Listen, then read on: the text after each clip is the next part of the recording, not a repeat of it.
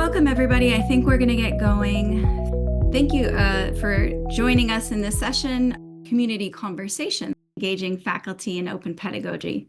My name is Tanya Gross, and I'm the Director of Educational Programs for the Open Ed Network. Joining me is Jamie Whitman, Educational Practices Specialist, as the chat monitor. Just a few housekeeping items before we get going. We kicked off the week with the OEN Land Acknowledgement and the OEN Community Norms. If you'd like to review them, you can find them at the links in the chat. We welcome you to share your own local land acknowledgement in the chat if you wish to do so, or please consider visiting the Native Land digital site to learn about the lands that our community members inhabit and to dig deeper into our relationships with our heritage and how we can actively be a part of a better future moving forward. Just so you know, this session is being recorded to benefit those in our community who are unable to attend, and links will be shared out after the event with the slides and the recording as well. If you have comments or questions during this session, please submit them via chat and we'll do our very best to address them. There are the ground rules for the community session: to be here now, to share airtime, foster mutual respect, and we want you to know that all ideas and questions are welcome. This is what's going on today. We will be listening to our great contributor panel. I will introduce them in a second. Then we will go into breakout rooms based on institutional type, and each presenter will be manning a room. So you can go from room to room if you want, or stay the entire time in one room. We'll be encouraging note-taking during that room time, and then we will debrief and close. So please welcome our presenters today. Ian Matthews from Grand Rapids Community College. Thank you, Ian. Karna Younger from Loyola Marymount University. Seems like almost everything that we do, Karna's involved in, so thank you, Karna, for being such an active member. And thank you, Liz Cantu, for being here from Estrella Community College. Okay, and with that, I'm going to turn it over to Ian. Thanks. Thank you, Tanya, for the introduction. And thank you for the invite to be on this panel. I really appreciate it. And it is an honor to be with you all today. As Tanya said, I'm Ian Matthews. I'm the instructional designer at Grand Rapids Community College here in humid Grand Rapids, Michigan. I also co-lead the Michigan OER Professional Development Committee with my great pal and colleague, Lauren Woolsey from the college, who's in the chat. Say hello. And I serve on the Michigan OER Policy and Advocacy Committee, in addition to being the ID at GRCC. So Tanya, if you wouldn't mind going to the next slide, please. This past winter semester, myself and a team of folks from GRCC went through the OEN Certificate in Open Pedagogy.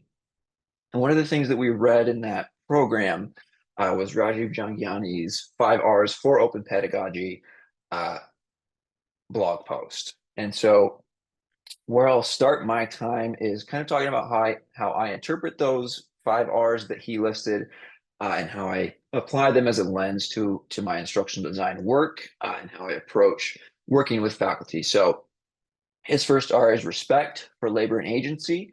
The way that he frames that is for faculty designing open pedagogy informed assignments or courses to realize that this involves a lot of labor to do and that students should have agency in that process. Same for our faculty partners as instructional designers, right?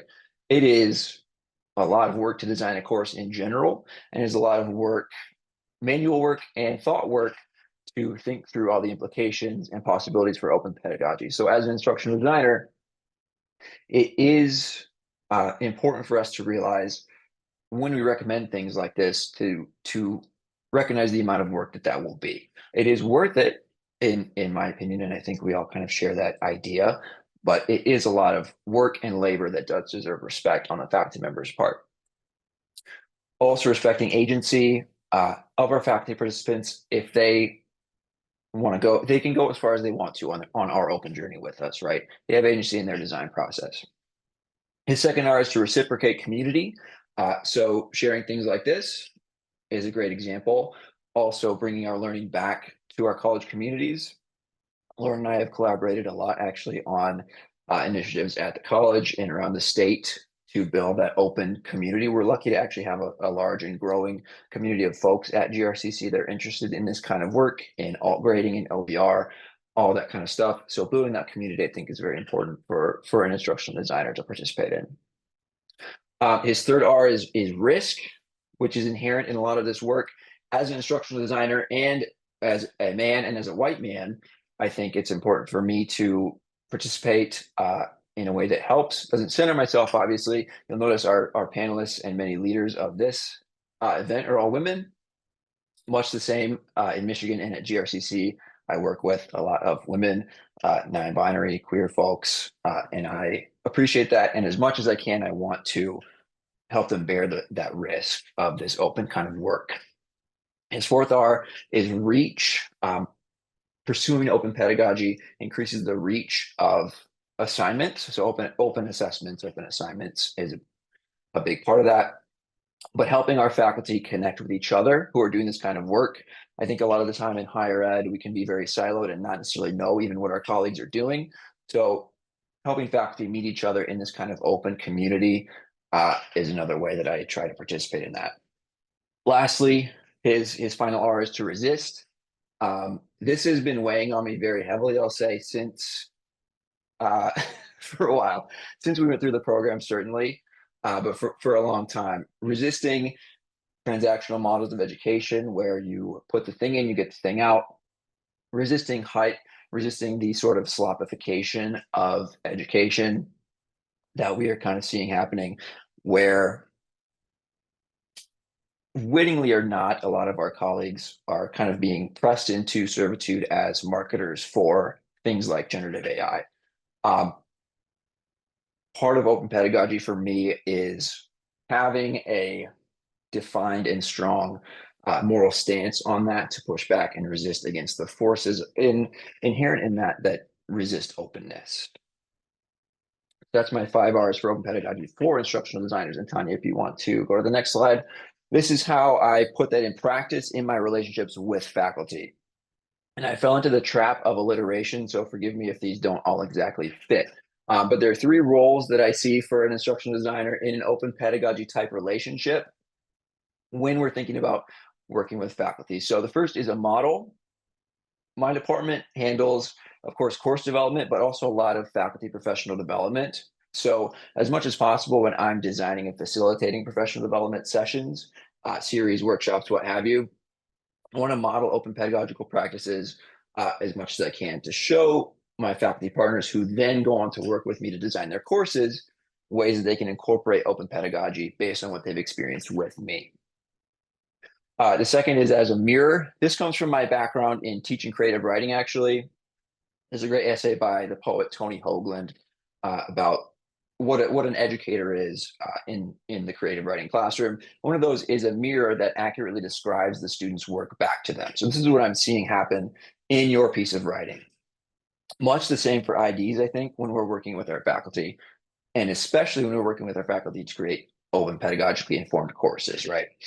Here's what I'm seeing you design in your course. Here's where it maybe is open. Here's where it could be perhaps a little bit more open. Here's maybe something that you didn't think of, right? We look in a mirror, we didn't know we had a zit or our hair's out of place. Same deal working with faculty, right? You don't know necessarily as a faculty member how someone else will perceive your work until you take it to the mirror. Last one, I couldn't get a good M word for this, so mentor is the closest match. On our campuses, I think instructional designers and folks of our nature tend to be the people that people go to with questions that they don't know who else can answer them, right? Whether that is about AI, instruction technology, anything with your learning management system, we tend to catch it all, right? Utility infielder kind of deal. Adding or approaching these relationships from an open pedagogical perspective gives us that more mentor type role. We can help lead faculty into more of an open area. It's certainly been my tendency, and I think a lot of instructional designers tend to do this. We like to say yes to our faculty partners. There's a lot of writing and thinking on that of instructional design as sort of a yes and situation. which is great. It is a very helpful way for us to position ourselves, um, but it tends to make us more tends to create a power imbalance, right? If we can bring ourselves more in alignment, power wise, in that relationship, which is also a great part of open pedagogy, I think we have more of a leg to stand on in bringing folks into open pedagogy. So next slide, Tanya, which I'll close with a quote. Thank you. I used a different Stafford Beard quote in my application to the certificate in open pedagogy, but this one I came across not too long ago. He says in his book, Beyond Dispute, how should we ever conceive, however, express a new idea if we are bound by the categorization that delivered our problem to us in the first place? As instructional designers, if we're thinking about open pedagogy, I do not think that we can approach it as just a way to do something that's already not working, right?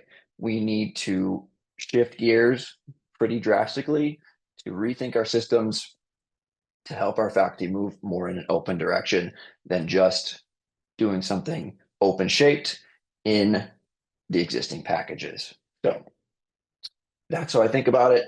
And that's my time, at least. Thank you so much, Ian. There's a really interesting question in the chat. So either you can deal with that in the breakout or perhaps write in the chat if you have time, but hopefully we can address it. Sure, I will do. really appreciate the instructional design perspective, and instructional designers are so important to this work. So thank you.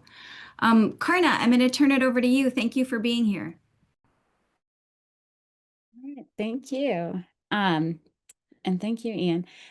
So I'm Karna Younger. I'm the Open Educational Resources Librarian, and I am employed by Loyola Marymount University, but I actually work for OER for Social Justice, a still funded by Department of Education grant program. And if you'll hit next, please, Tanya, I'll give you kind of our brief overview of our project by the numbers. So it's a 3-year, kind of 3-year plus project. With 4 private Catholic institutions in California. And there are 6 librarians involved with the project and 1 instructional designer and 39 faculty members that are composed into, 11 teams now. I'm having like a real hard time with them today. So remembering them.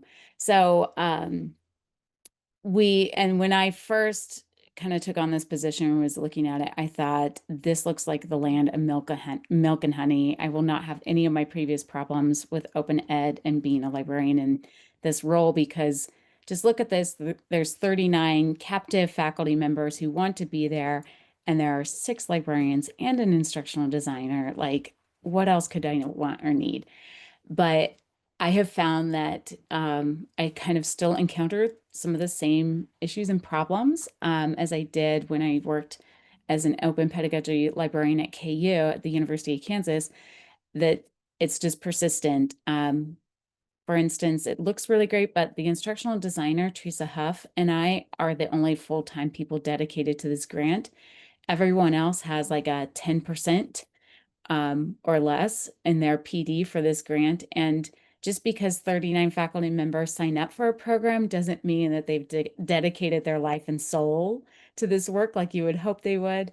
So I've had to kind of strategize and think about ways that I can help bring these 39 faculty members along to open pedagogy. And I should hit, there's our website too about the grant if you'd like to poke around and learn a little bit more. So if you'll hit next, please, Tanya. So what I did was I needed to figure out a way to scale teaching open pedagogy to these folks, because it's across 4 different institutions. They're on different academic calendars. Everybody's life is hectic and everything.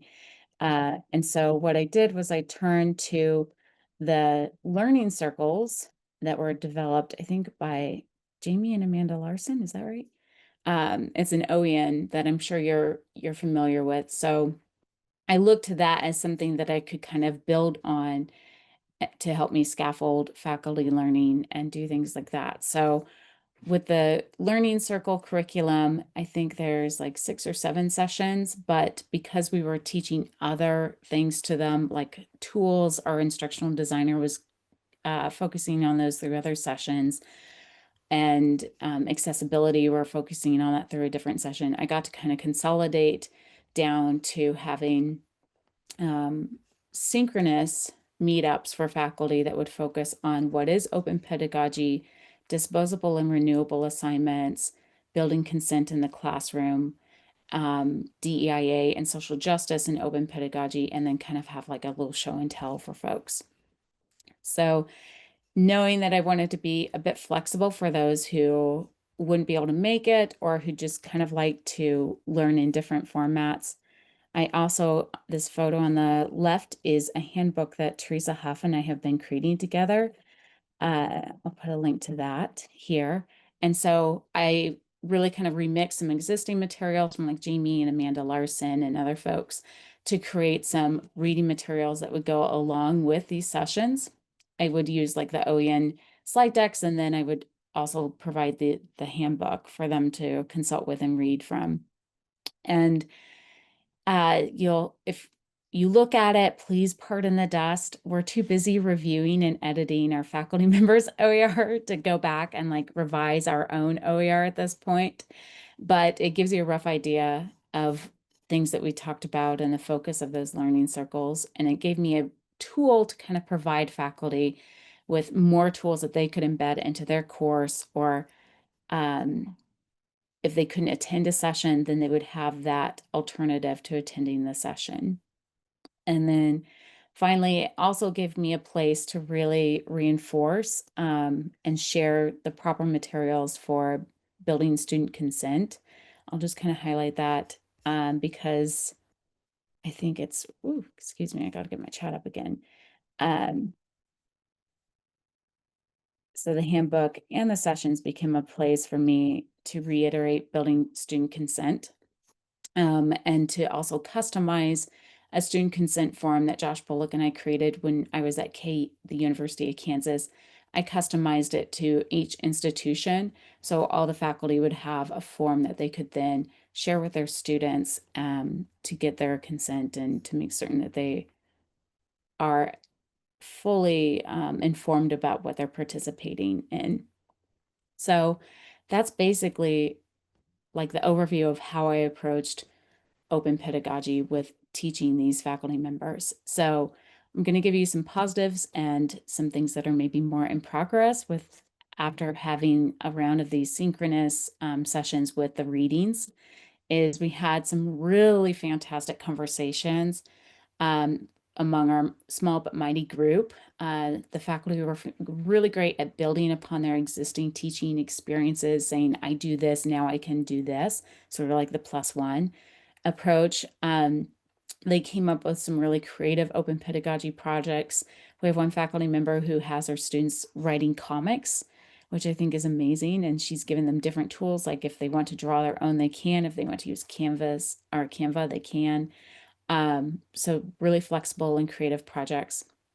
And I think more importantly, as I've said before, we raised some awareness about student rights and made them realize that you should tell students up front that at the end of this, they may share their work, they have this option, or give them the right to have flexibility in whether or not they share, or if they share anonymously, things like that.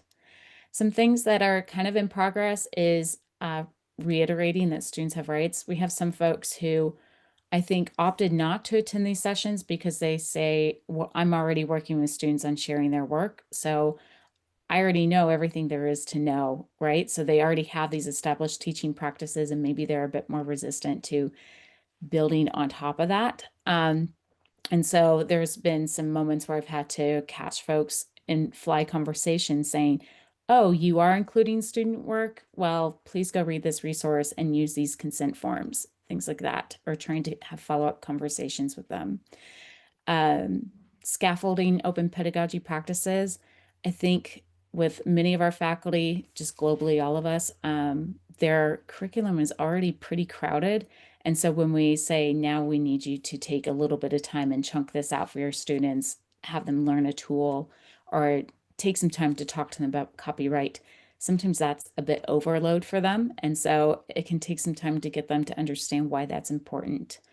And then just generally with scheduling these sessions, our sessions were not required, our open pedagogy circle sessions were not required, even though they are, it is essentially required to include student work in their OER, or it's really strongly encouraged. So I think there's a bit of a contradiction there. And so we didn't have all of the faculty turn out for these. And that's also partially, I think, because there's never a good time. I feel like regardless of where we are, everybody's always super busy. So those are that's my approach to scaling open pedagogy instruction for faculty across 4 private institutions. And I really look forward to hearing and learning from all of you about your experiences, but I'll turn it over to Liz.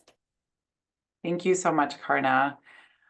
So I bring the faculty voice to today's panel. I am actually at Estrella Mountain Community College, which is one of the 10 Maricopa Community College in Maricopa and in Arizona. And I will say that one of the things that I'm still new to a lot of this work, but in the couple years that I've been engaging in open pedagogy and delving more into open educational resources, I see the value and I see the magic and the passion that can come from this amazing work. And so with that, I want to, Tanya, if you could go to the next slide. I will say that this was my first, a couple years ago, I participated in the United Nations Sustainable Development Goals Fellowship. So Maricopa Community College is a part of this group. And you can see that we have collaborators across different institutional partners.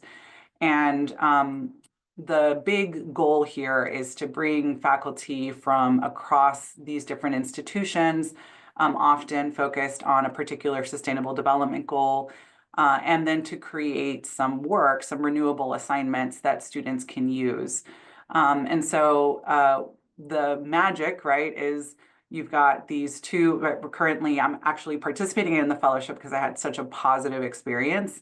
And this time I'm working with a nursing faculty. So communication and nursing, like how do we make that fit? And how do we kind of engage our students in kind of local conversations that maybe have a global impact through the UN Sustainable Development Goals? That is kind of the purpose of this particular fellowship. And so the goal is to create 3 renewable assignments, really have that kind of open pedagogy focus. And so I'm going to focus on what I did 2 years ago, partly because the assignments just as of this morning got completed with my partner. And so maybe those aren't ready to share quite yet, but I can share a little bit about some of what we developed. And so if I could get the next slide. So for purposes of time, because I really think that the beauty of this work is to actually showcase our students. And so that's what I will be doing a little bit in a few minutes. But the idea was we decided to scaffold these assignments. And so when I was working 2 years ago on this fellowship, I was actually working with a colleague at Pima Community College, and she was teaching English as a second language students. And so one of the things that we were trying to figure out was how does communication and English as a second language, how do we create these robust curricular experiences for our students? And at the end of the day, as much as we came to, we were always about how do we get students to really connect with people in their community? How do we get them to be knowledge producers of helping retain the assets that we have within our community? And so we decided that we really wanted to focus on oral history. And so we kind of backward designed our assignments. And so one of them was, our first assignment was just getting students involved in understanding what an oral history is. And so they get to go in and work on StoryCorps and hear an oral history of someone on StoryCorps. And then the second assignment, they really reflect on who they want to talk to. In my interpersonal communication class, I always love when I can give students that practical experience of, okay, you're learning about communication behavior and practices. Now actually like have an interpersonal communication with someone and really start to apply that. And then the third part is where students actually take the information that they got from their oral history, who they talk to in their community, and then create an artifact. And we publish it on Padlet. And I will show that in just a second. But this then has been giving students the creative license to really decide what does that oral history artifact look like at the end of the day for them. And so you'll see some examples in just a second. But if I can go to the next slide, just so you can kind of see. So from a student perspective, in the 2 years that I've been doing this work with students, students love the choice, right? They love the agency of being able to decide who they're going to talk to in their community. Sometimes students connect it to people that are in their industry of work, and sometimes it is just someone in their family. I have actually had students say, oh my gosh, this assignment let me connect to my grandmother in a deeper way than I had ever thought. One student actually found out that her grandmother was a part of the United Farm Worker Movement. She never knew that up until this assignment, because it allowed her to really delve deeper into her grandmother's sort of life, and then of course really have a different appreciation for her mother. Students have said, like, and you'll see an example in just a second, oh my gosh, I'm a medical student, or I'm studying, I want to study and be a doctor, but this has actually encouraged me to be creative. And so like doing that oral history, learning how to edit a soundbite of an interview, right? And then packaging it in a different way. I literally have that student, which I'll show the example of her, which she said, this is giving me an example of like, when I'm a doctor, maybe I will have like my own way of kind of connecting with my, patients, or creating information about health. And so that was kind of a very interesting way of seeing how she's translating some of the skills into her future aspirations and career goals. And then just the idea of being able to preserve, right, community knowledge, helping students really see that their communities are rich in knowledge, rich in history, and then being part of kind of producing something that is an artifact that can live beyond a class or beyond a particular time period. And then a lot of students said, like, oh my gosh, I've always loved infographics, and this has given me an opportunity to do an infographic in kind of this creative way. Students do poems, they write songs, and it's just been so fun. So from a faculty perspective, it makes assignments and grading fun. Yay. And that I think it's like so fresh to see like how our students are taking their learning. Again, that idea of helping move students from knowledge consumers to knowledge producers, that empowerment where they see themselves as being scholars and academics that are creating work. And then for me, just a continued reflection and appreciation for just how amazing our students are, right? And the way that they can take an assignment, and the way that you see them making either those aha moments, as well as how they are then translating that into careers, into their lives. So with that, Tanya, I'm going to go ahead and share just an example of, let me make sure I can share my sound. And can you all see my Padlet? Yes, you can. Okay. So I just wanted to show that in the 2 years that I've been kind of working with this particular assignment, you will see that students have just such a variety of different artifacts that they can go to. And one of the things that's really great for students who are new to open pedagogy is the idea that then they have like a mentor text that they can go to from a student, from another student, to kind of be like, oh, okay, you're asking me to do something kind of different and something that I've never done before, but I can go to this repository and get some ideas based on what other students have done. And so it's beautiful when students can bring in some pictures of their family. They're asked to reflect as every point of the production of their artifact. And so I just kind of wanted to show with you just kind of the variety of what students present.